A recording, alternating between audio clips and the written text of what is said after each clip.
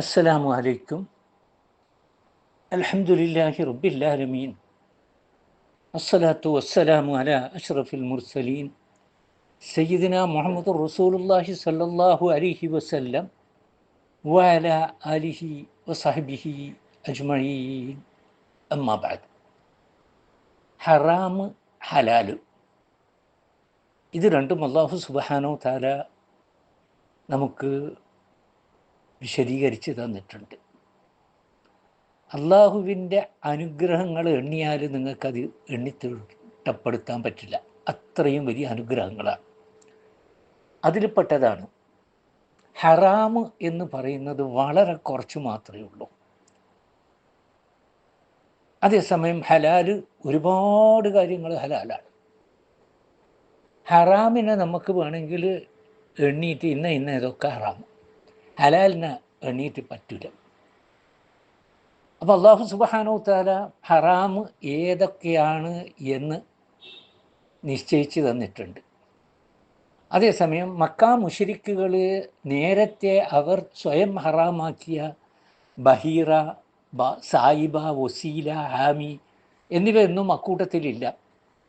അല്ലാഹു സുബ്ഹാനഹു തആല പറയാണ്, ശവവും ചോരയും പന്നിമാംസവും ബഹുദൈവങ്ങൾക്ക് വേണ്ടി നേർച്ചയാക്കപ്പെട്ടതും മാത്രമേ അള്ളാഹു നിങ്ങൾക്ക് നിഷിദ്ധമാക്കിയിട്ടുള്ളൂ.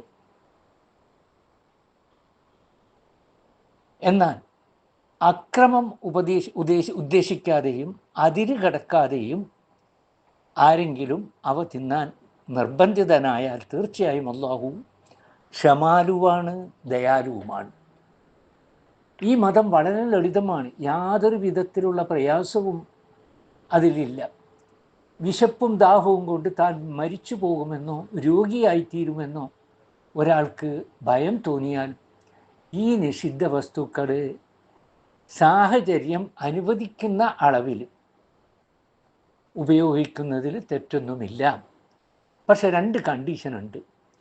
ഒന്ന്, കരുതിക്കൂട്ടി ഹറാമ് തിന്നാനുള്ള ഉദ്ദേശം ഇല്ലാതെയും ആവശ്യത്തിന് മാത്രം ഉപയോഗിക്കുകയും ചെയ്യണം എന്നാണ് പറയുന്നത്. ഇതാണ് ഭക്ഷണ കാര്യത്തിൽ അള്ളാഹു നിശ്ചയിച്ചിട്ടുള്ള ഹലാലിൻ്റെയും ഹറാമിൻ്റെയും അതിർത്തി. അതേസമയം മുശ്രിക്കുകൾ അവർക്ക് അറിഞ്ഞുകൂടാത്ത പലതിൻ്റെയും പിന്നാലെ പോയി ചെയ്യുന്നത് പോലെ നിങ്ങൾ ആ അതിർത്തി ലംഘിക്കേണ്ടതില്ല. അള്ളാഹു ഹലാലാക്കിയത് നിങ്ങൾ ഹറാമാക്കേണ്ടതില്ല. അള്ളാഹു ഹറാമാക്കിയതിനെ നിങ്ങൾ ഹലാലാക്കുകയും ചെയ്യേണ്ടതില്ല. കാരണം നിയമനിർമ്മാണത്തിൻ്റെ ഭാഗമാണ് ഇത് രണ്ടും. അത് അള്ളാഹുവിൻ്റെ മാത്രം അവകാശമാണ്. വആഖിറു ദഅ്വാനാ അനിൽ ഹംദുലില്ലാഹി റബ്ബിൽ ആലമീൻ.